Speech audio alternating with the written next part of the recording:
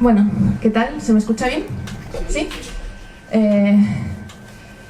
Bueno, estoy muy contenta de estar en esta, iba a decir sala, pero en este patio, acompañando más bien a Lola. En este patio, no sé qué pasará hoy, bueno, ahora os quemaréis, eso es lo principal.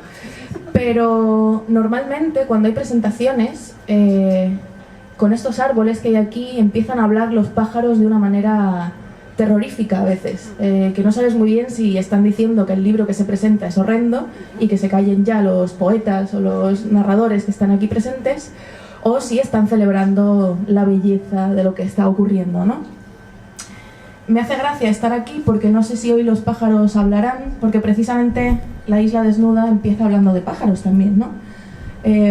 Hay unos pájaros que se cuelan por un oído y que nos entregan una escena, ¿no?, que acaba vertebrando también todo lo que va a ocurrir en la isla desnuda, ¿no? Hay que averiguar también qué quiere decir, cuál es la metáfora de esos pájaros, o si verdaderamente son reales esos pájaros, ¿no? Si son pájaros que se cuelan en el pensamiento de una, indicando que va a haber locura o que va a haber creación, si acaso no sean lo mismo. Y entonces me he acordado, el otro día estaba viendo un vídeo de YouTube de un tipo, un erudito, apellido Morillas, que estaba hablando sobre San Agustín y dijo una cosa que yo no sabía, que es que para San Agustín la anunciación sucedía por la oreja. Ella, la Virgen María, ¿no?, se quedaba, se fecundaba a través de la entrada del Espíritu Santo por la oreja, ¿no? Entonces, con esta idea de el pájaro que entra por el oído y fecunda, me gustaría preguntarte, así para empezar, ¿cuál es el Espíritu Santo que entra en tu oído para escribir primeramente, el primer inicio, ¿no?, el primer impulso para contar esta historia? ¿Cuáles son las primeras imágenes que se te quedan, que engendras en tu cuerpo y a partir de las cuales decides que debes seguir escribiendo, ¿no? ¿Dónde está el Espíritu Santo?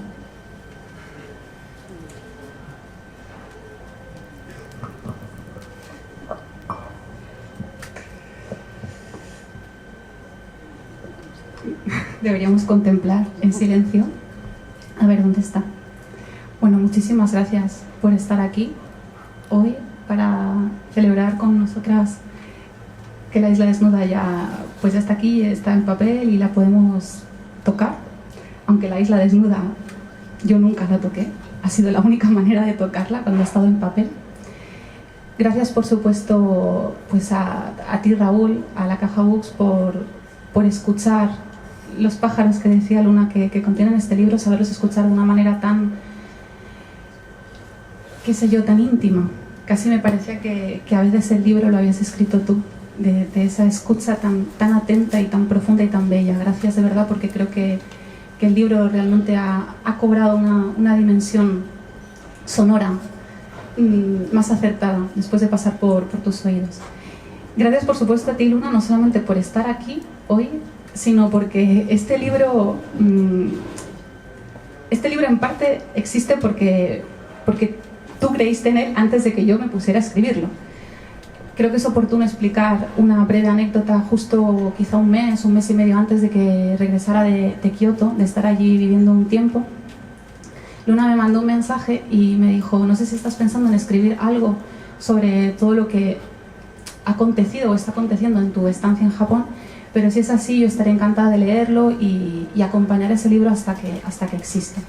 Así que fue, creo que, un acto también muy religioso, de mucha fe, el tuyo, y de mucho amor también, cuando me enviaste ese mensaje. Y gracias, porque así fue. Sin Luna realmente este libro tampoco hubiera encontrado esta casa, que por supuesto era su casa una vez conocí a Raúl.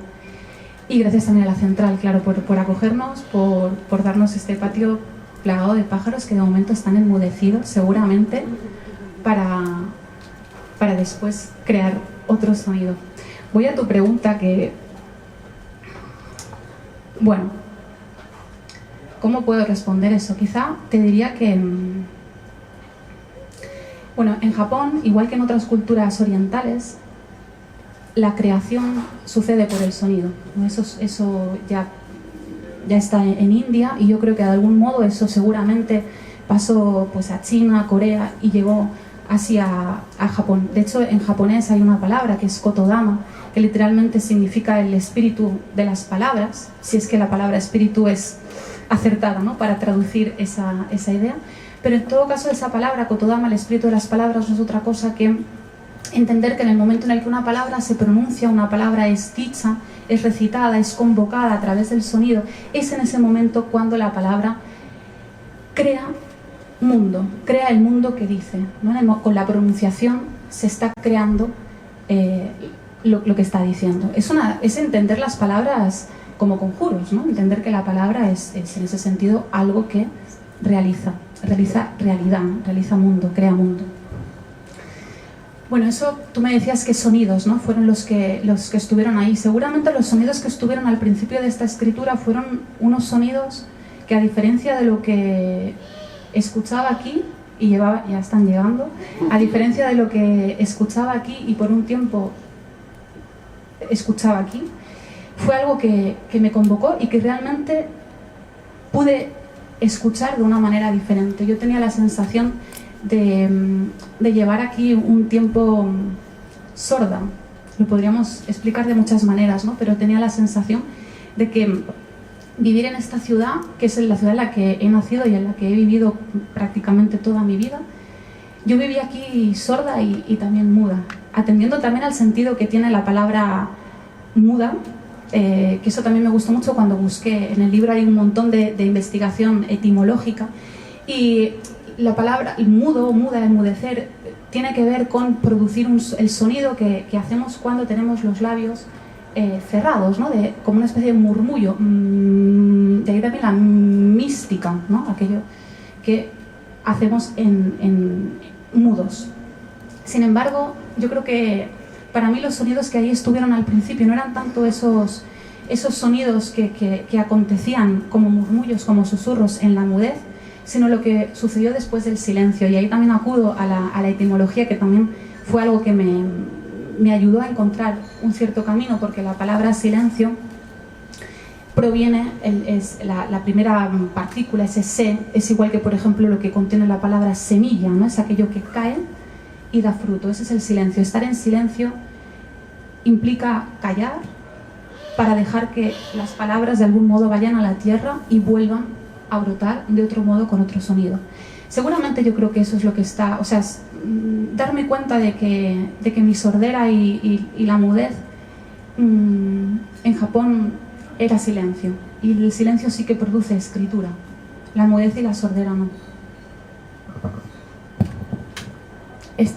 Bueno, si os ha gustado esta explicación, os gustará el libro, porque, como decía Lola, está plagado de juegos etimológicos, de curiosidades sobre el origen de las palabras, del origen de las metáforas también.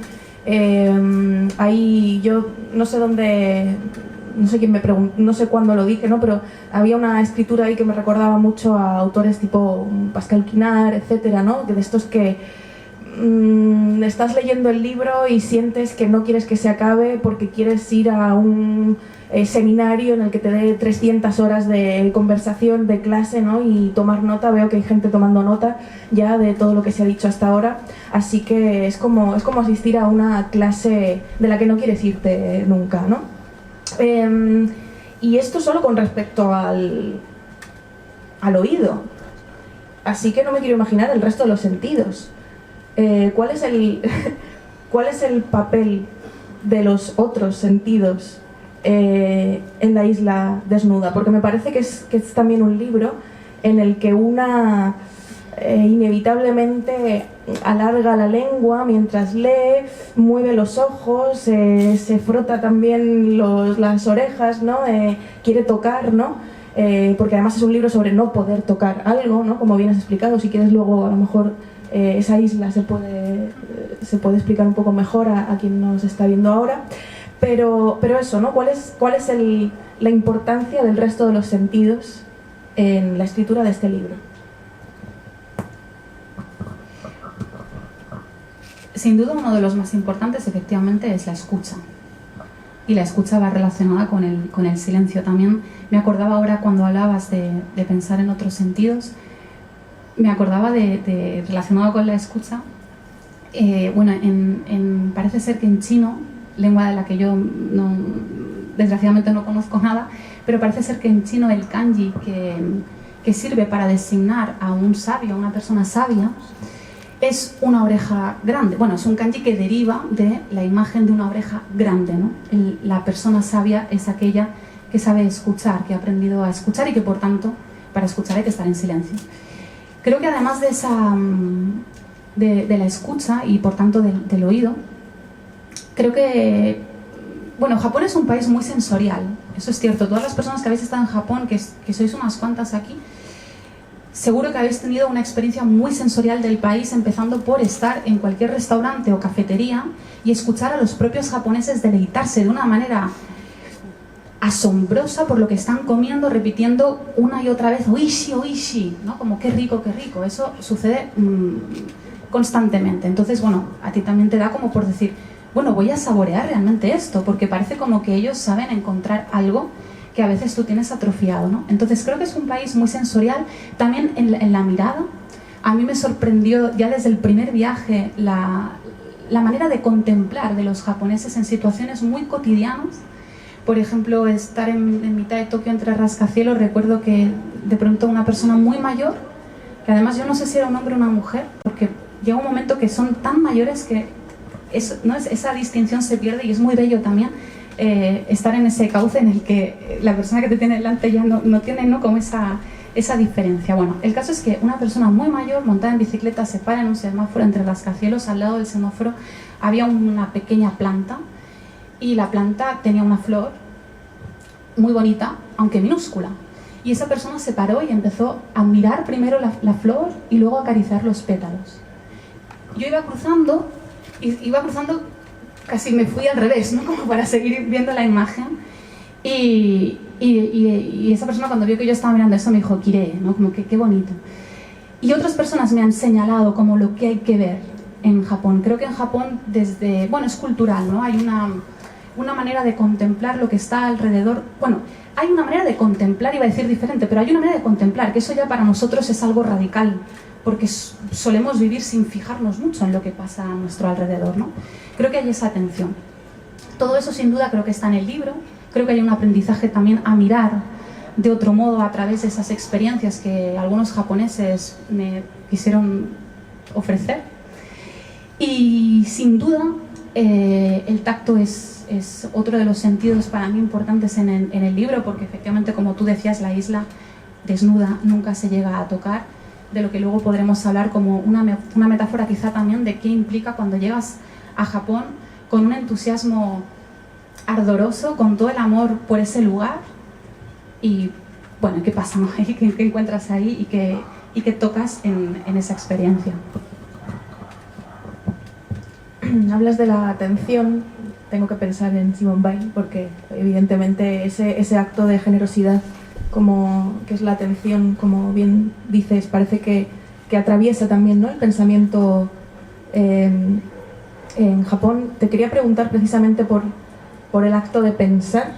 Hay otra resonancia inevitable para mí en este libro, en La isla desnuda, que es obviamente no puedo no mencionar a Chantal Maillard y sus diarios indios, por ejemplo, ¿no?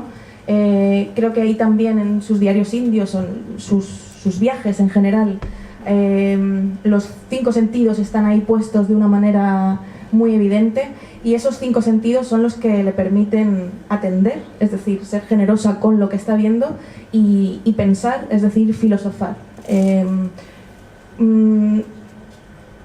¿Cómo, conocida tú como poeta, siendo aquí casi, no sé si narradora o diarista, o vete tú a saber, ¿no? Yo no sabría ponerle un género a este libro, ¿no? Pero ¿cuánto de de filósofa también, ¿no? ¿Crees que como esos ojos, ¿no? Esos ojos, bueno, no sé cómo se llaman, las gafas para el tacto, las gafas para los oídos y las gafas para todo el resto de los sentidos, no sé cómo se llaman, ¿no? Pero ¿qué te has tenido que poner o crees que ya estaba incorporado en tu faceta como poeta, ¿no? Esa pasión, ¿no? También por el filosofar, ¿no? Que encontramos bueno, ¿no? En una referencia tan clara como para mí podría ser esto, ¿no? Los diarios indios. Bien, si entendemos la filosofía, de nuevo en su sentido etimológico, ¿no? Como ese amor por el conocimiento, el amor quizá más bien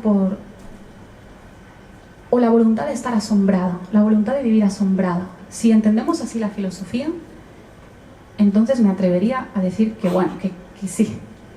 Si la entendemos como un cauce de escritura, en un sentido, ¿no? Más un género, una profesión, en ese sentido creo que no hay filosofía y tampoco me atrevería porque no es mi formación, ni tampoco tengo las lecturas necesarias para abordar un texto desde ahí.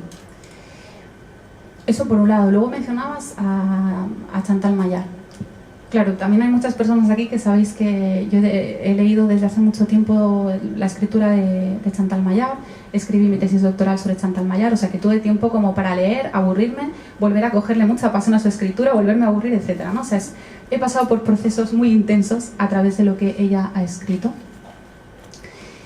Creo que sin duda hay elementos, y para mí es algo bonito que se vea en La Isla Desnuda eso, porque también de alguna manera es un tributo.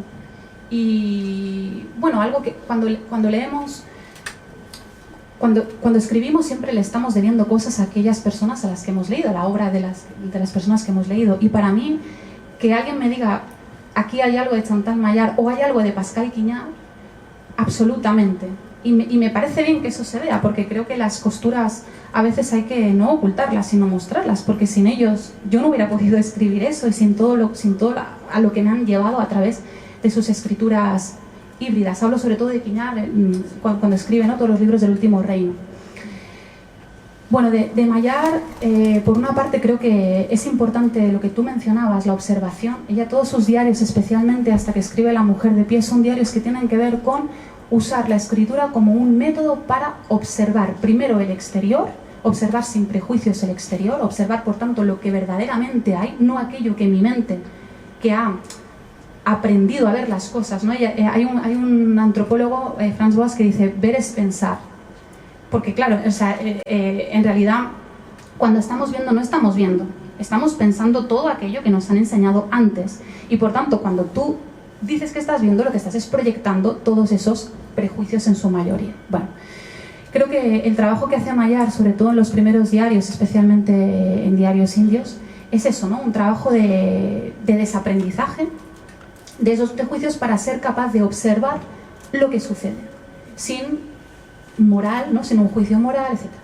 A partir de La mujer de pie, creo que, aunque todo eso existe, bueno, y luego también hay una observación de la propia mente, ¿no? No solamente el exterior, sino que luego hay un vuelco, una observación de la propia mente y de los movimientos que ella llama sentimentales de la mente. Por tanto, la observación es importantísima en su escritura, en la escritura de los diarios, en toda su escritura en general. A partir de La mujer de pie sucede algo que a mí también me resultó muy interesante para La isla desnuda, que es cómo ella también modifica la escritura de los diarios. Porque a partir de La mujer de pie hay una escritura quizá todavía más fragmentaria y organizada de un modo que para mí, es decir, fue un modelo, La mujer de pie, La compasión difícil, y ahí Quignard, porque Quignard también usa ese tipo de artefacto, ¿no? En escritura, donde digamos que la escritura puede condensarse, ¿no? En algunos momentos muy incluso, sí, condensados, concentrados, pero que al mismo tiempo haya hilos conductores que vayan de alguna manera como vaivenes, yendo y viniendo, ¿no?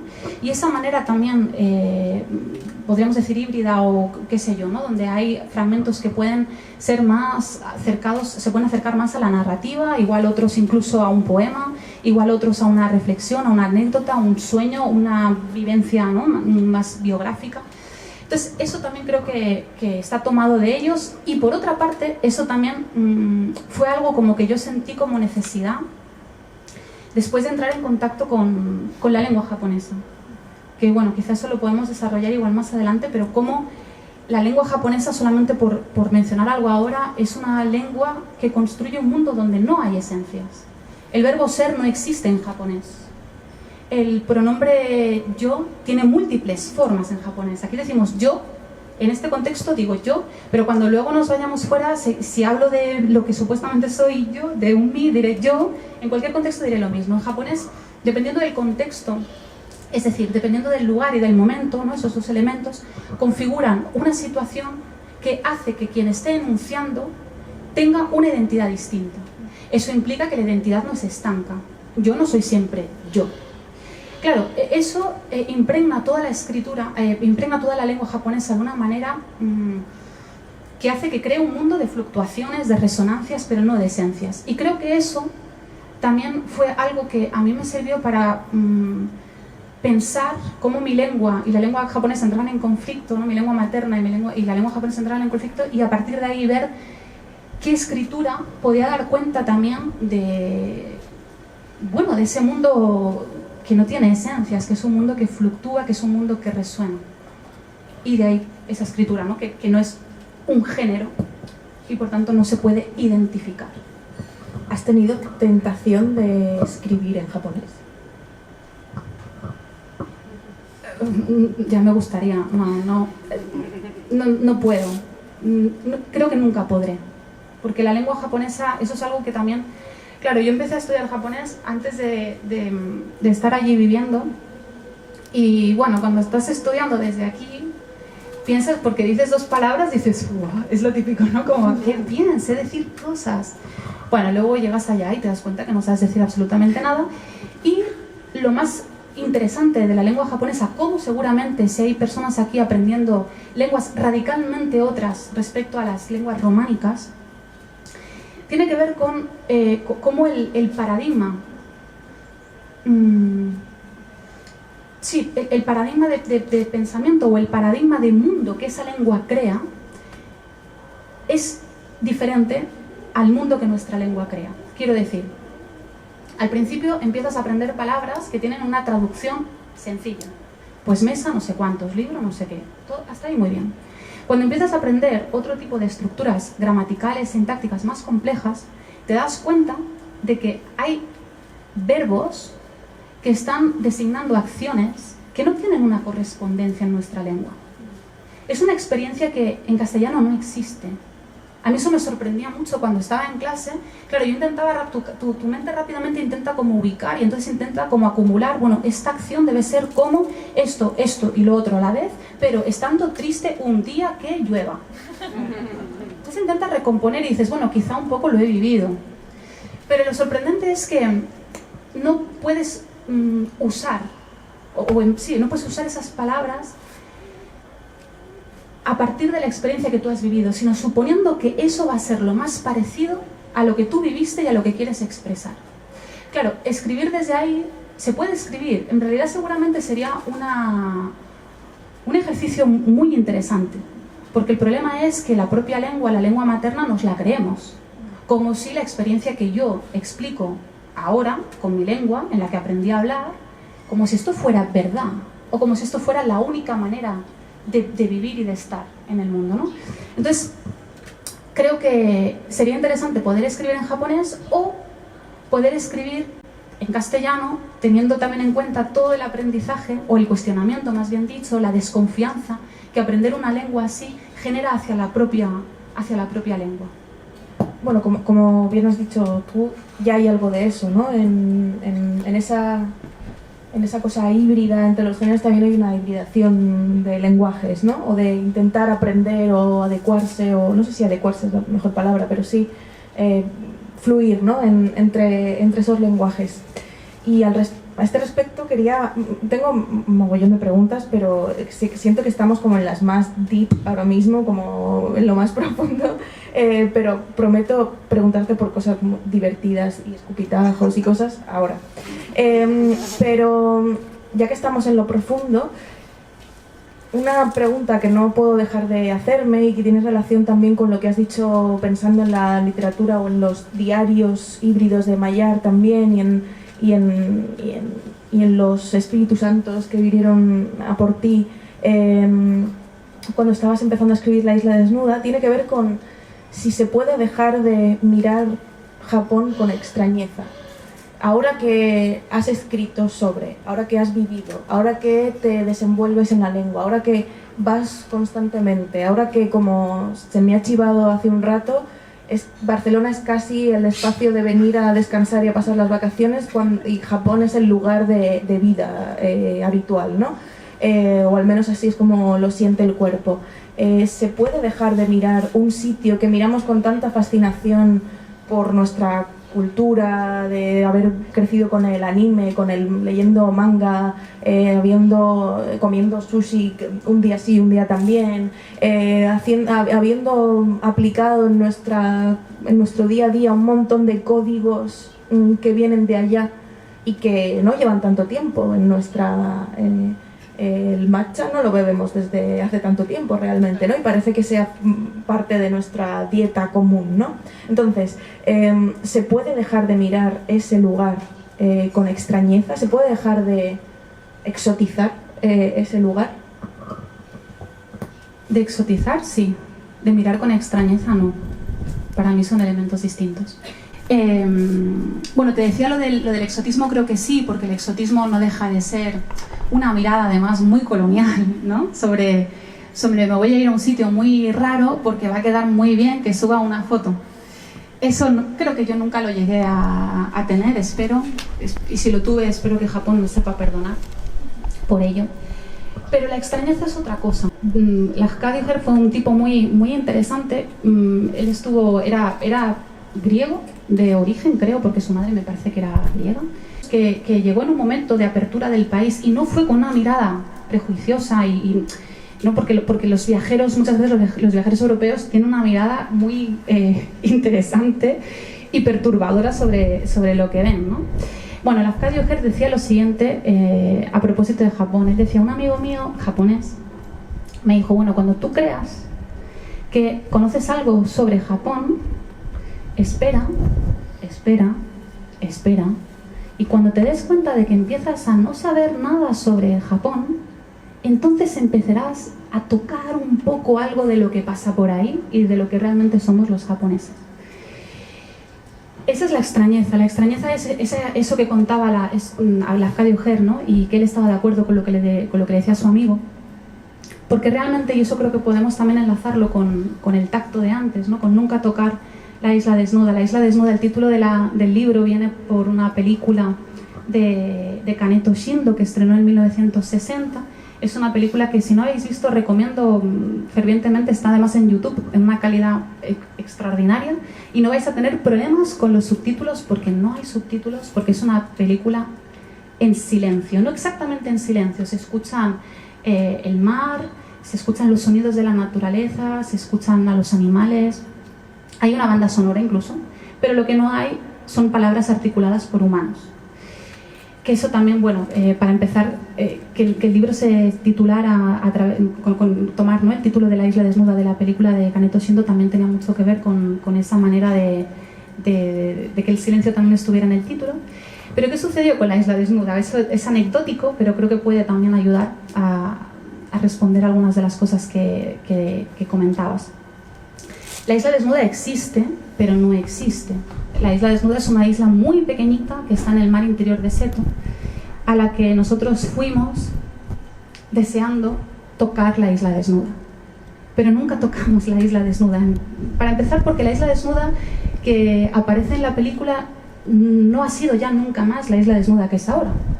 Esa isla se ha transformado, incluso la llegó a comprar un empresario japonés con mucho dinero para montar ahí una especie de pequeño resort, porque es una isla realmente muy chiquitina, ¿no?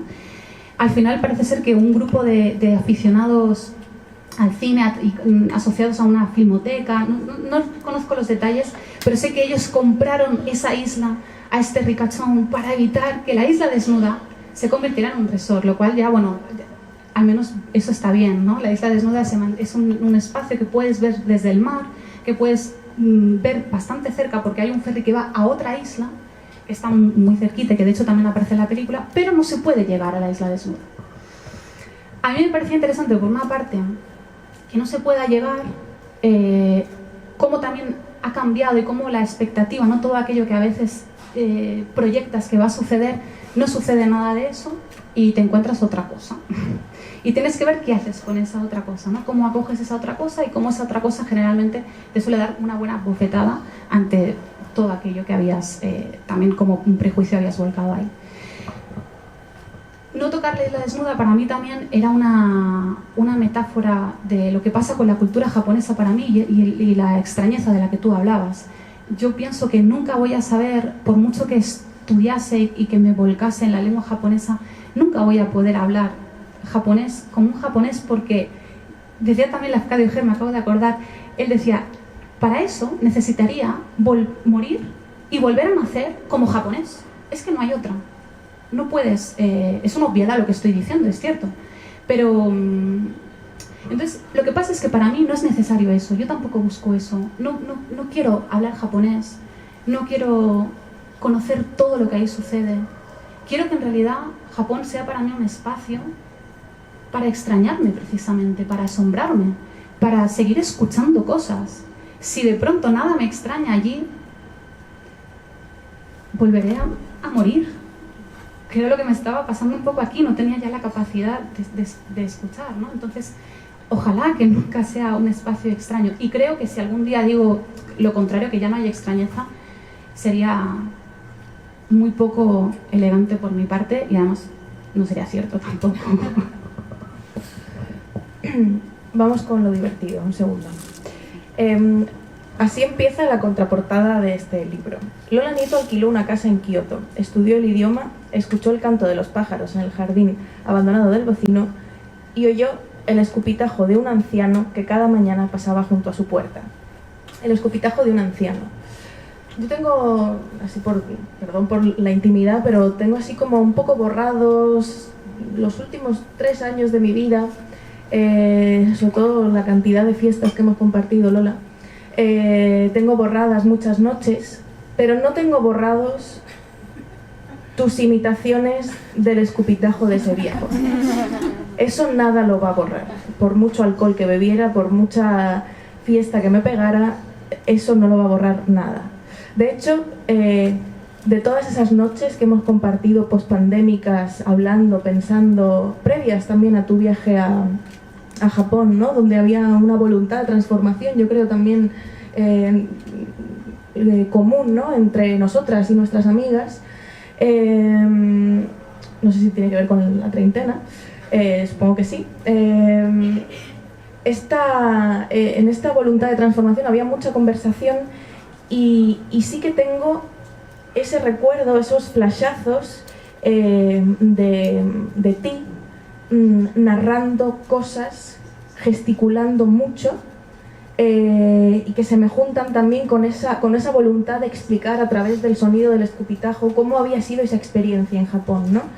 Bueno, a lo mejor está quedando todo un poco raro lo que estoy diciendo, pero me parece, que eres una gran oradora y que eso se ve en la transformación que hay en la narración de este libro. Hay una correspondencia, ¿no? con esa oralidad. Siempre te recuerdo contándome historias, y grandes historias además, y te quería preguntar por eso, ¿no? ¿Cómo ha sido esa transformación oralidad-escritura, y también si es posible describir el escupitajo tal y como tú lo vivías? Y ya por último, ¿por qué te gustan tanto los viejitos japoneses? Vamos allá. Bueno, lo primero sobre la oralidad, que me parece que te agradezco porque me parece bonito y porque me parece también una manera de recuperar a algunas personas importantes en mi vida. Mi tío abuelo, que además aparece como el hombre que albergaba pájaros entre su oído, porque él era un gran orador y desde pequeña siempre, yo creo que en realidad yo empecé a escribir porque mi tío me contaba infinitas historias, como nos ha pasado a muchas, ¿no? Que de pequeñas empezamos a escuchar unas narraciones que, más allá de si eran ciertas o no, siempre se explicaban como verdad absoluta, lo cual es muy cuestionable, pero da igual, era la potencia de esa narración y hacia dónde nos llevaba. Y la otra persona también era mi padre, que cada noche me contaba un cuento, pero gesticulando y pronunciando de una manera que aquello era imposible luego dormir. Claro, era el efecto contrario. Yo lo que ya estaba disparada mi mente hacia mundos maravillosos. Bueno, yo creo realmente que la escritura, la lectura... Bueno, primero la lectura. A mí me interesó por esa fascinación, ¿no? Por las historias. Y bueno, luego hablabas del escupitajo. Bueno, una de las cosas que nunca sabré, porque forma parte de la extrañeza, ¿no? de Japón, era qué sucedía con aquello que yo pensaba que era un señor mayor que cada mañana a las 5:50 escupía delante de mi casa, haciendo un sonido brutal. O sea, eso no... digamos, el acontecimiento no era el escupitajo, ¿no? Cuando la saliva ya caía al suelo, eso era lo de menos.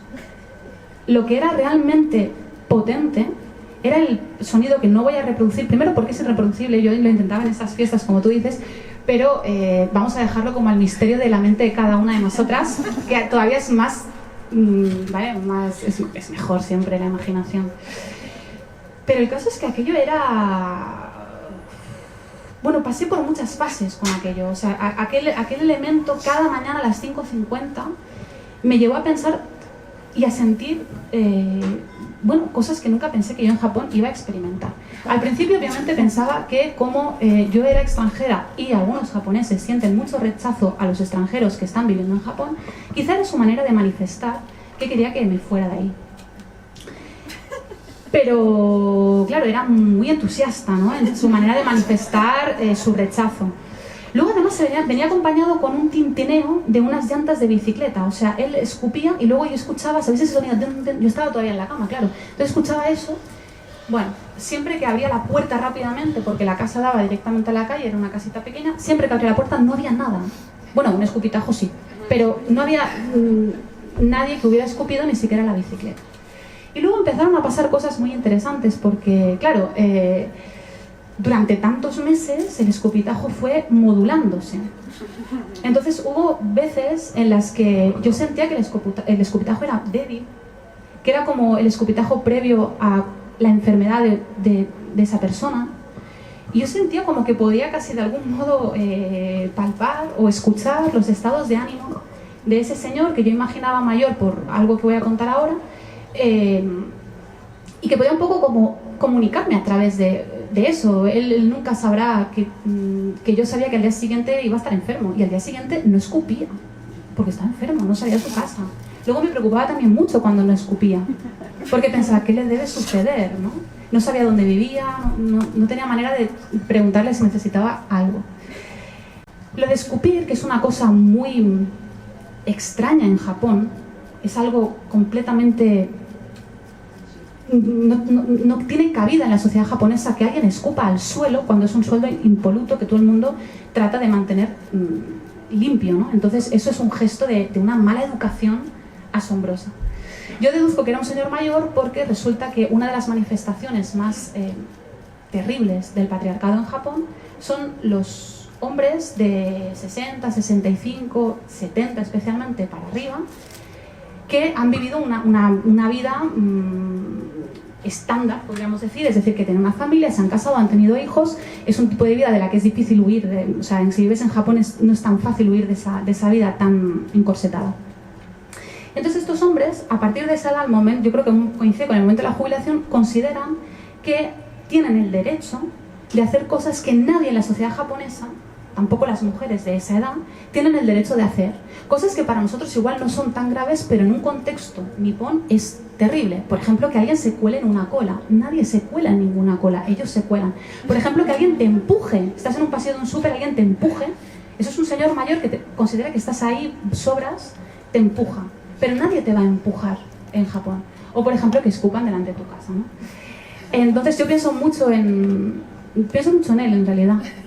Lo digo de verdad, lo digo de verdad, pienso mucho en él, pienso en la casa, a las 5:50, hora de allí, si todavía estoy despierta, digo, ahora está escupiendo. Y sobre todo me interesa mucho saber cómo habrán acogido los nuevos inquilinos ese escupitajo. Eso sí que me encantaría saberlo.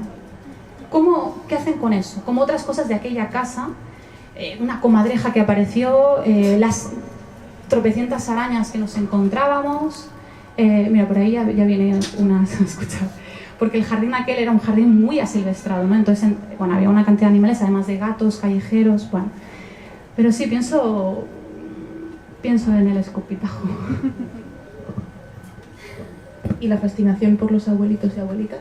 Porque es curioso que casi todas las historias que nos has contado hoy, el protagonista o la protagonista era una abuelita. ¿Qué tiene Japón con los abuelitos y las...? Bueno, lo de los abuelitos ya lo sabemos, ¿no? Que son unos... hacen un... ¿cómo sería? Manspreading general en la vida general. Y de hecho hay algunos jóvenes, hombres jóvenes, dentro también de ese prototipo, que tú ya ves que son futuros, o sea, viejos. Guau, dices, hostia, este tiene un potencial. Menos mal que no lo veré, porque realmente es... Lo decimos así en un tono de broma, pero es duro, y además creo que también es duro para ellos, porque son personas que han vivido unas vidas muy terribles, condenados a unos trabajos y a unas responsabilidades horribles. Sabéis que en Japón está la figura del evaporado. El evaporado es aquella persona que decide por voluntad propia desaparecer, es decir, se evapora de su vida, ¿no? Coge sus 4 cosas, se traslada, va a vivir a otra ciudad, a otro lugar en Japón, pero no deja rastro. Y hay una cosa también muy bella en Japón, que pese a ser un país donde todo parece que está muy controlado, el evaporado tiene derecho a evaporarse. Es decir, que si una persona en Japón deja una carta diciendo me voy, estoy bien, no os preocupéis por mí, sin más, teniendo una familia, unas responsabilidades, un trabajo, todo lo que tú quieras, esa persona se va, empieza una vida nueva en otro lugar, con una identidad nueva, etcétera, etcétera. Si la familia quiere investigar esa desaparición y dónde está, la policía dirá, con esta carta no podemos hacer absolutamente nada. El evaporado tiene derecho a evaporarse. Y de hecho no solo eso, en los últimos años en las librerías es habitual encontrar manuales de evaporación. Es decir, que tú puedes tener como las indicaciones para evaporarte de manera fácil, rápida, sin dejar pistas y que nadie vaya atrás de ti. Eso se ve mucho en las películas japonesas cuyo tema un poco nuclear es la familia, ¿no? Ese es un tema fuerte.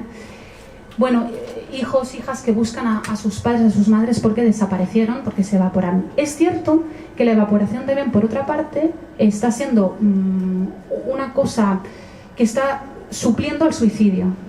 Por eso también la literatura que se está creando sobre la evaporación, porque es una manera de escapar a una vida completamente insostenible, una vida que para nosotros podría tener escapatoria en nuestra sociedad, aunque dura, pero la podría tener, como por ejemplo un divorcio, como por ejemplo reconocer que te han echado del trabajo, pero que en Japón eso es...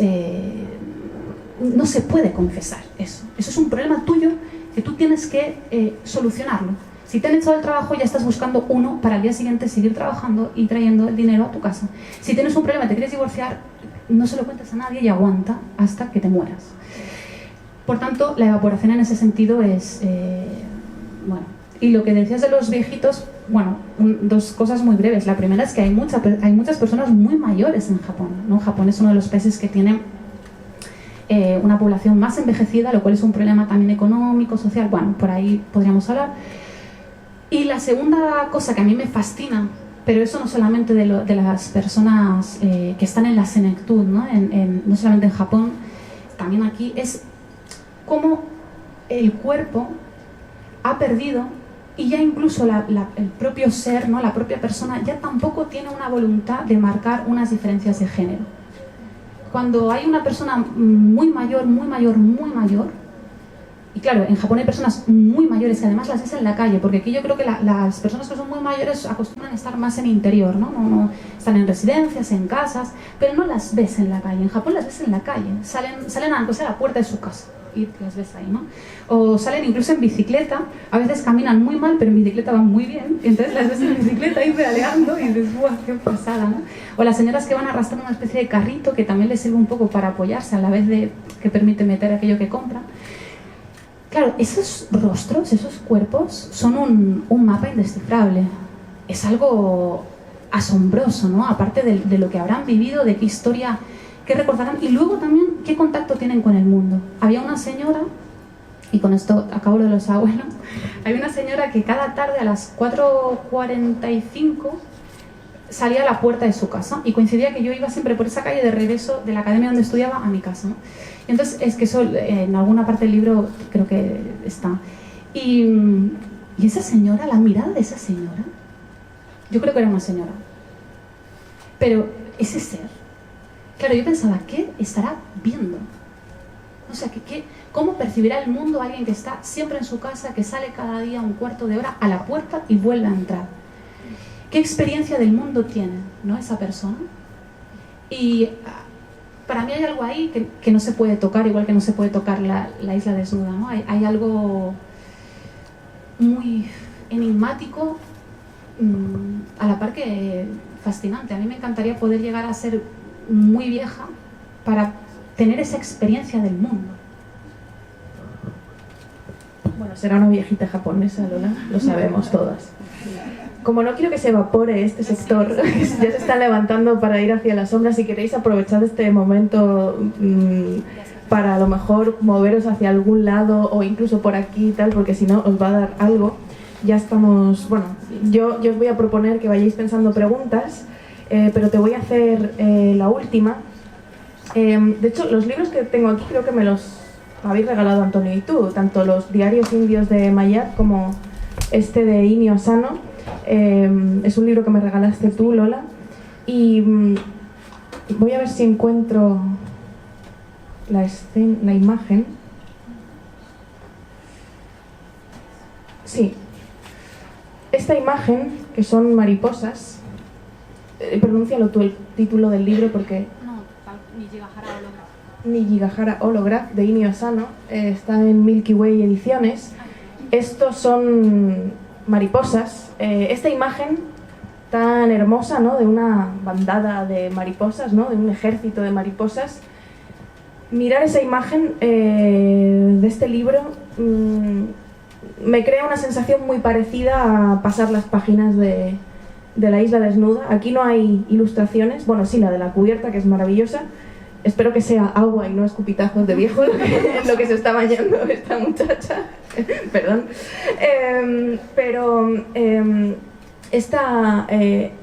Abrir tu libro es ver muchas imágenes, ¿no? Quizá también por la falsa cosa, ¿no?, por la cosa que tengo en la cabeza de que tú me has instruido en el manga, ¿no? Entonces, para mí es inevitable ver este tipo de escenas, este tipo de bandadas de mariposas en tu escritura. Dado que aquí y fuera de aquí hay público joven que seguramente le guste también el manga, y los lectores de manga muy jovencitos en este país, luego además consumen mucha literatura japonesa o sobre Japón, ¿no? Ahí hay un fenómeno muy bonito, ¿no?, de cómo la gente muy joven, como tus alumnos a lo mejor, llegan a la literatura a través del manga.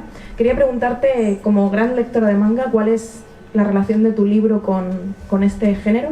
Y si quieres, con eso ya les dejamos a ellos que hablen para que no se mueran en el sol.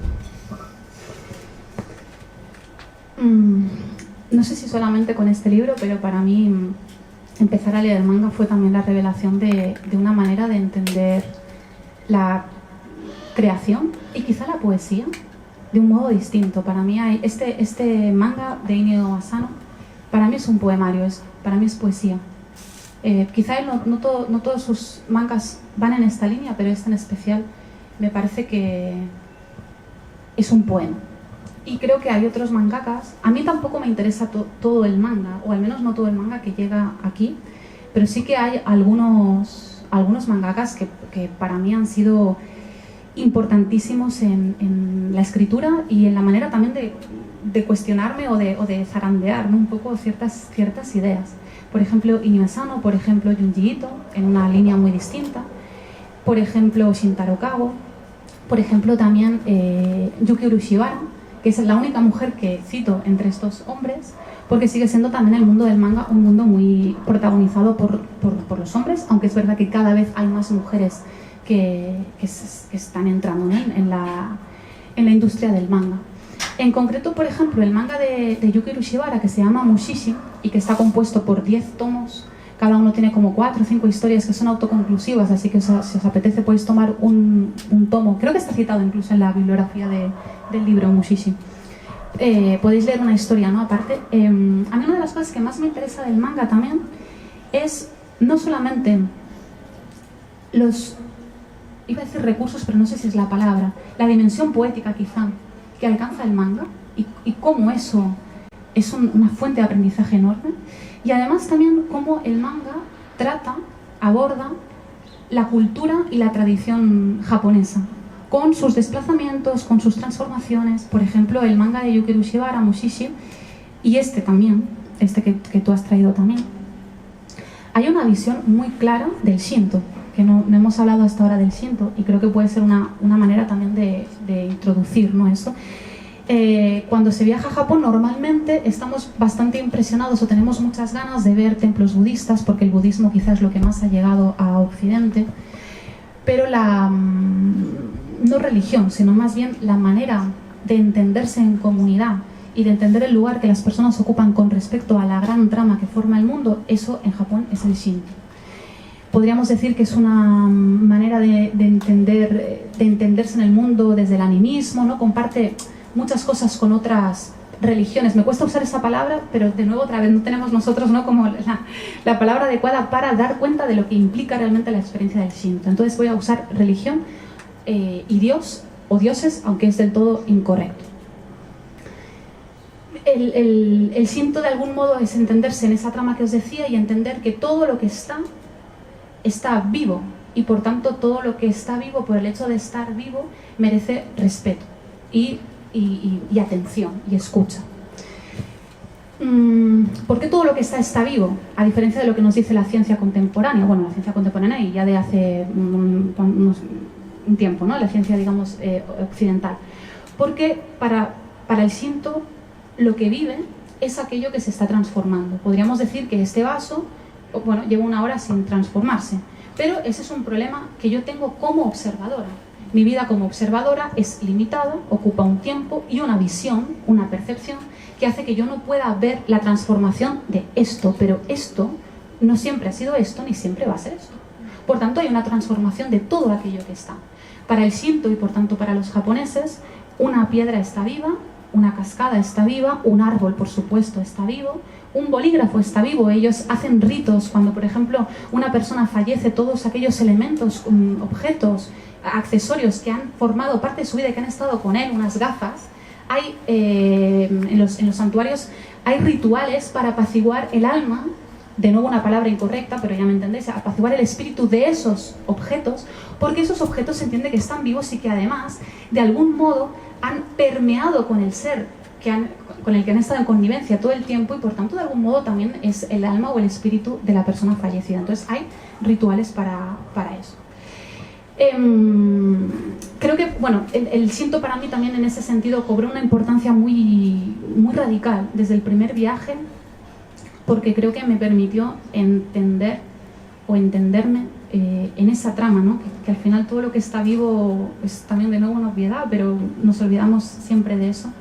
Lo que está vivo va a morir y lo que está muerto alimenta a lo que está vivo, ¿no? Y siempre estamos vivos porque nos comemos seres que han muerto para alimentarnos.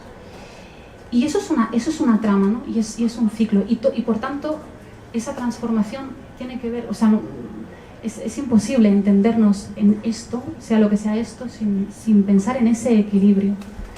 Y para mí el Shinto en realidad también fue un cierto descanso. Entender eso, intentar entender eso desde ahí fue un cierto descanso, porque no es tanto comprenderse en una singularidad que es un bloque, que es una esencia, que hay que cultivar esa, por tanto, identidad y esa esencia para mostrarla así a los otros, sino que más bien es dejar de atender todo eso y escucharse en las imbricaciones, en las resonancias, en todo lo que me ha alimentado y en lo que yo voy a alimentar. Eso también es la isla desnuda de la película, también aparece, ¿no? También aparece eso. Y a mí el manga me ha llevado también, o sea, algunos mangas me han llevado también a comprender a través de historias el Shinto, porque la experiencia del Shinto no es sencilla para nosotros acercarnos, ¿no? Y intentar tocar un poco, comprender un poco. Entonces creo que, y de hecho los propios japoneses están entre comillas contentos porque consideran que a través del manga muchas personas jóvenes o niños entran en contacto muy pronto con esa dimensión del shintoísmo.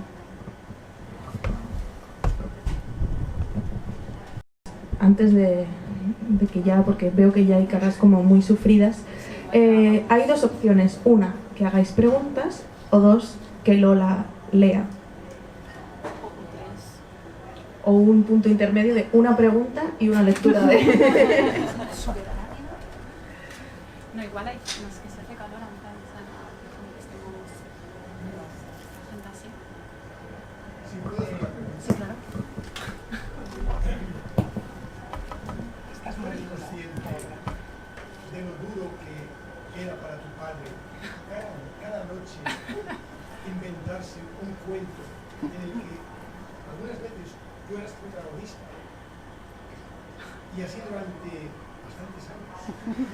¿Qué sufrimiento terrible tenía tu padre cuando llegaba la hora de contarte ese cuento? Y además te dejaba sin sueño. Estaba deseando contarme cuentos. Obviamente este es el momento en el que mi padre tiene que aparecer y está muy bien y muy bonito. ¿A ti te encantaba contarme cuentos? Pero tortura.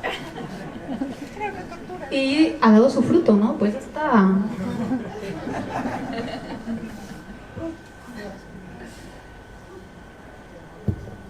¿Alguna pregunta urgente? Yo tengo una pregunta. Bueno, es una duda. ¿Necesitas escuchar y extrañarte, por eso eres filóloga?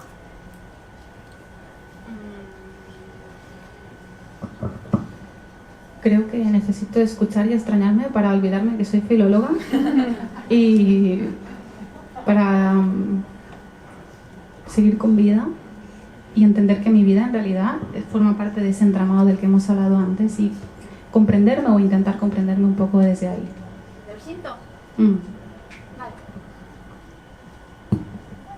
¿Alguna más así de estas, así como rápidas, como estamos viendo? Pam, pam. La última. Porque yo quiero, si no te importa, te gustaría leer un fragmento, si quieres, no quiero obligarte yo.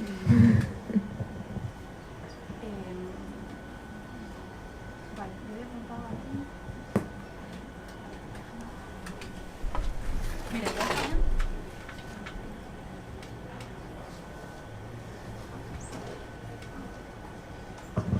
Creo que este fragmento, en relación un poco a lo último que estábamos comentando y a lo que también has preguntado, creo que puede también tener cierta relación y leer este trocito, este fragmentito. En Japón, lo antiguo no se venera. En Japón se respeta la vida y lo vivo muere. Por tanto, lo antiguo es una anomalía detestable. Los materiales con los que se construyen templos y santuarios son caducos. La madera de estos edificios cambia de color, se enmohece, cruje, se hincha, se cuartea, se agrieta, se rompe. Como en el bosque, la madera sigue viva y su cuerpo está en constante devenir. Los santuarios sintoístas son desmantelados por completo y construidos de nuevo cada 20 o 30 años. Nada en Japón tiene intención de embaucar al tiempo, ni siquiera lo sagrado. Mucho menos lo sagrado, porque por serlo está estrechamente ligado al ciclo natural de las cosas. Lo sagrado no huye de la devastación, no tiene la fantasía de lo eterno, no se erige como vestigio. Bien al contrario, se desmorona, no resiste, señala el cambio, la mutación, lo que brota y se pudre. Lo que es sagrado lo es, no porque sea único e irrepetible y haya que preservarlo, sino porque es una fuerza viva colmada de muertes, un resto y una potencia. Lo que muere es alimento, lo que vive dará de comer. El Shinto señala la continuidad de las vidas, las entrevidas que también son entre muertes. Lo sagrado es fugaz.